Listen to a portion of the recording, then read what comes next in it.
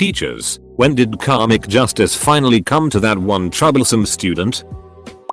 I had a student that was a real twerp, always doing things he was not supposed to and purposely causing conflict with other students. He was a daily headache. One day in class he stole a candied pepper from one of the Hispanic students and ate it. It was a very hot pepper, not sure of the type.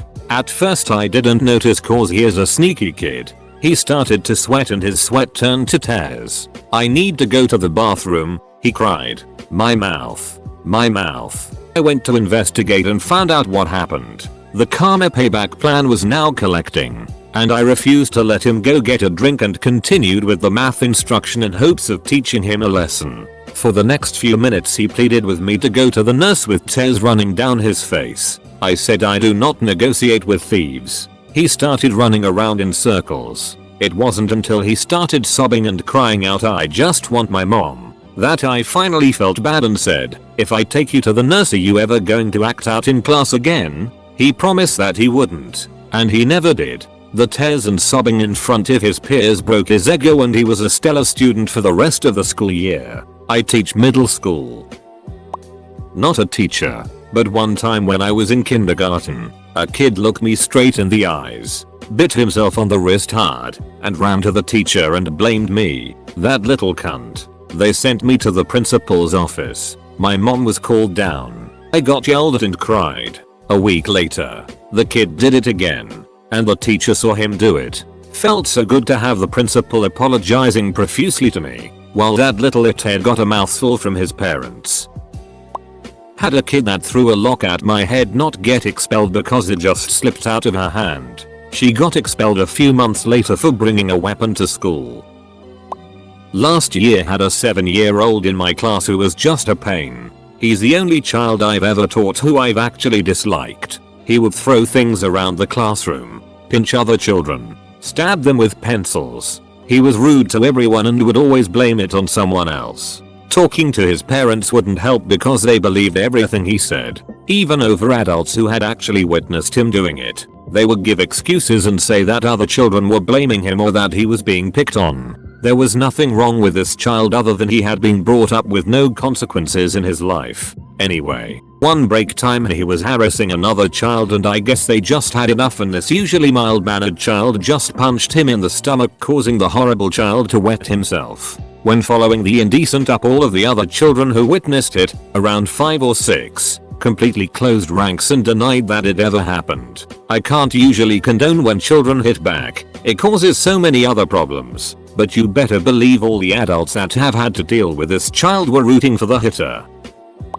I coached middle school football. Some kids have come out of their shell by then. Others have not. But at least most of the early bloomers were jerks to make life hell for everybody. The team's starting halfback was one of those jerks. He gave a defensive lineman hell and since everybody thought he was cool they gave him hell right along with him. The D lineman was a big guy but not aggressive or outgoing.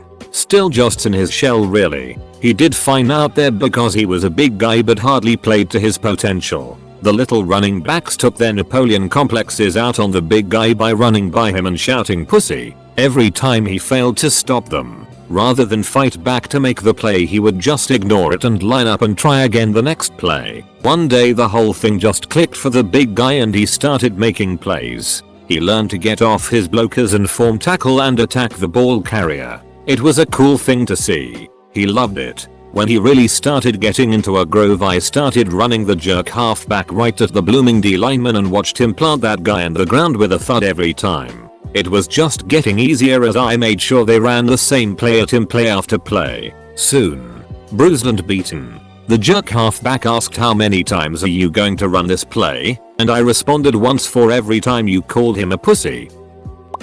I interned in a class with this kid who always thought he was smarter than everyone else. He was pretty smart, but not by too much. He always got paired with kids not as smart as him, so he would always be really smug when dealing with them. We learned he got that from his parents. During a parent-teacher conference, his parents praised that boy up and down and thought he was the smartest kid in the school. They built him up as that and they got him thinking that too. Then they went off on my mentor teacher. She wasn't providing him with higher enough education. She was bringing him down. She was terrible. The conference ended when my mentor teacher left the room crying after the verbal lashing. Well, about a week later, there was an event where parents came to watch their children in class. It was to watch them do math games with other students. Well, my mentor teacher paired this smug little bastard with the actual smartest kid in class. The one who was working on more advanced classes after school. The kid got shamed. His parents were so flustered during the event.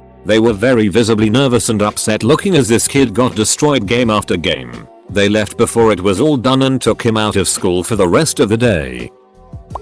I taught a comparative anatomy animal dissection lab section back in college. I had one kid in a section, let's call him Kevin, who never listened to dissection instructions and just dove in with a scalpel, dicing and chopping and generally mutilating most of the internal organs. His first karmic warning came when we were dissecting squid, and he got squid juice on himself. Smelled awful for the rest of that class. However, he kept on ignoring instructions and hacking away, and this time, karmic justice struck on our very last dissection project, the fetal pig.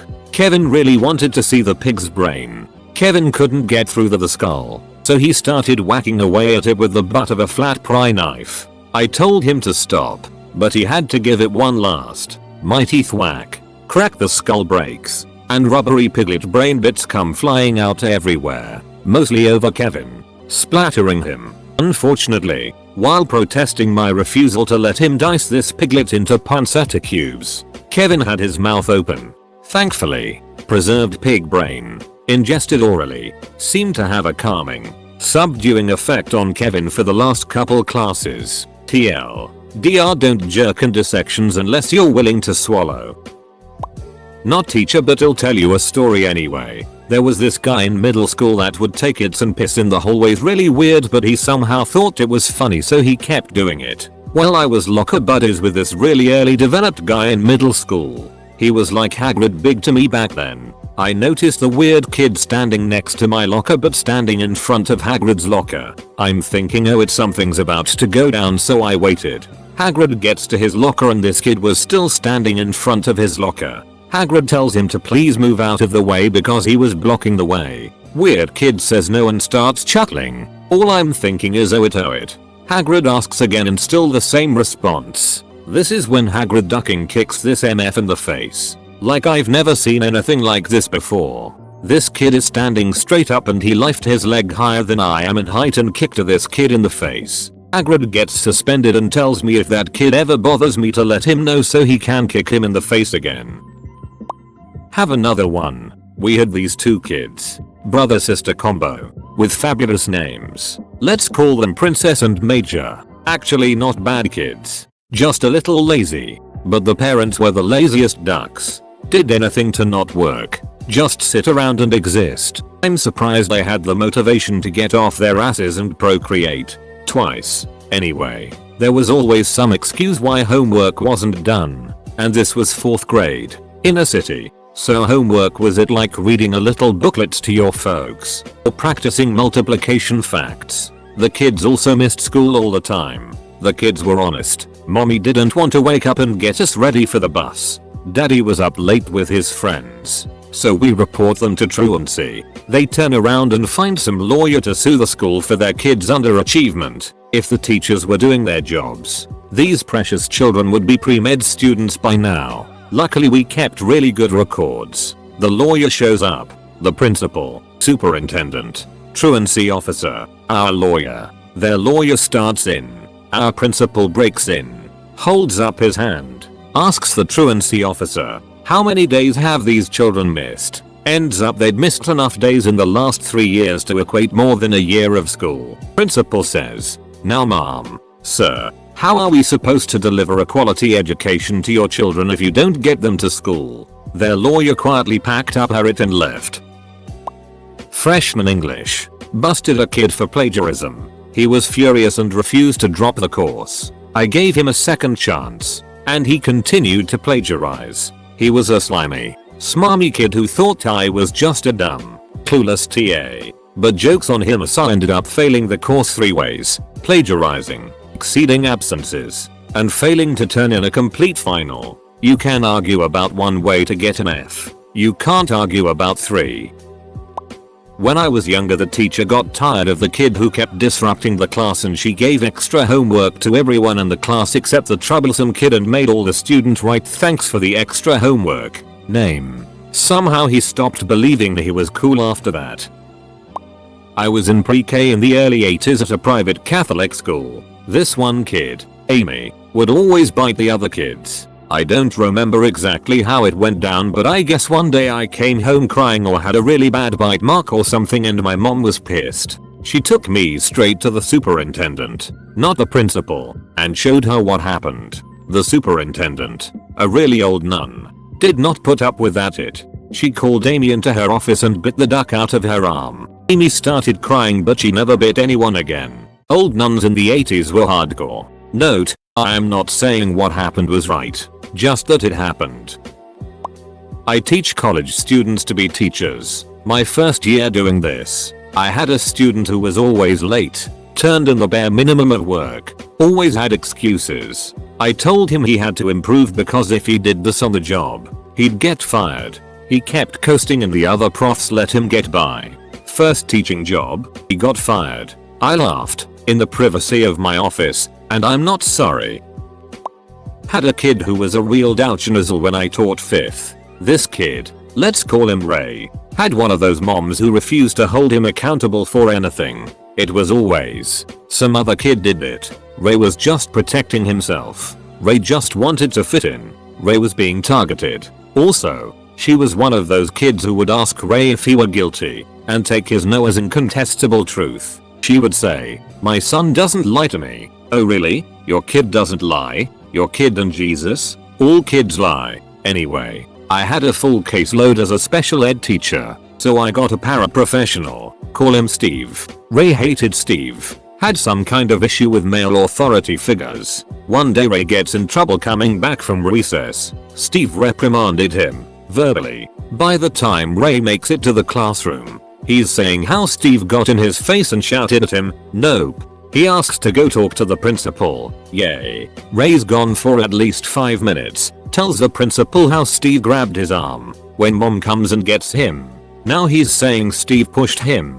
Next day we get a phone call. Ray's mom and grandma are coming in and want a meeting with Steve and the principal to discuss how Steve choked Ray. Steve's freaking out. Other kids were there, but no adults. No cameras. How can he prove his innocence? I tell him, go to the meeting and before anybody says anything, have Ray share what happened. Steve came back smiling. As soon as one story came out, everybody else is disagreeing. Well, Ray told me, but Ray told Emmy. I would have loved to see the mom's face as her kid is proven a liar in front of everyone. I'm an elementary school teacher, so this doesn't seem quite as serious as the others. Here goes though. There was a problem child in my class who thought it was cool to not listen to teacher advice, shrug off reprimands, and make snarky comments. He was hard to manage, but by no means a bad kid. We have a rule at our school that there's no running on the deck outside of our classroom. The official reason for this is that it's dangerous, but the rule is often ignored when no teacher is looking. One day the entire class and myself were standing out on the deck, lined up for lunch, when this particular student was coming back from getting something in the front building. He decided to blatantly ignore the no running on the deck rule that he had been reminded of probably 100 times before, and he began to sprint towards the class. Right as I yelled his name, he tripped and went flying. It was an epic wipeout that sent him sprawling across the deck, which the entire class saw. I checked if he was okay, and didn't say anything about it at the time, but I was able to remind him later that we do have rules for a reason. I did feel rather like justice had been served in that once delicious moment. However, TLDR, snarky kid had epic wipeout because he ignored the rule. Justice. Edit. To clarify, the deck is like an uncovered porch, made of wood with a barrier around the edge that leads to the front building in this case. I didn't realize that people don't call them decks everywhere. I teach kindergarten, and I had a terrible child in my class last year. He liked to pull his desk away from the girl sitting across from him so her pencils and crayons would go falling on the floor. Finally, one day she got fed up and slammed her desk back into his. Unfortunately for him, his fingers happened to be there, I had to resist the urge to be like that's what you get, but instead I just reminded him that that's why I said not to move his desk away from the rest of the table and sent him to the nurse. Had a student who would routinely get his cell phone out and wouldn't put it away when asked. Often left the room during class. Karmic justice. Failed the course. I was a student, but the karma actually came from the teacher. School trip to Poland. At the hotel you could climb over the balcony on the first floor, onto a plexiglass curved roof you find on bike sheds that ran along that floor. Well, this little asshole who had been in one of the teacher's classes on the trip, alongside me, decided it would be a good idea to run along the plexiglass, then bang on the windows of other rooms. My room was adjacent, so we had ourselves receiving a knock from the balcony at like 10 PM, but figure it was a one-off. Anyway, a minute later, we hear what I can only describe as pure rage coming from next door. The teacher was next door to us, and must have had the blinds up or walked onto the balcony cause he saw this little id try to sneak by and dragged him back inside. Anyway, a few minutes go by and this teacher is still screaming at him in the corridor. You could hear the guy bawling his eyes out. We were like 16 BTW, but even listening to it was horrifying. Imagine the drill sergeant scene from FMJ amplified. It was traumatizing. The guy was banned from any more school trips, which was great because he was meant to go skiing with school later that year and lost his deposit. I'm sure the teacher loved every moment of it. TL. Dr. Kid tries to harass other people in a hotel. Accidentally gets caught by teacher. Drill sergeant scene from FMJ ensues. Edit. Guess what? I actually found the hotel it happened at on Google. And I'm pretty shocked now the guy managed to not slip ! 3M61E13M41S go 1JW5 Frawakan 2E07I13312 8I6656 6M11E1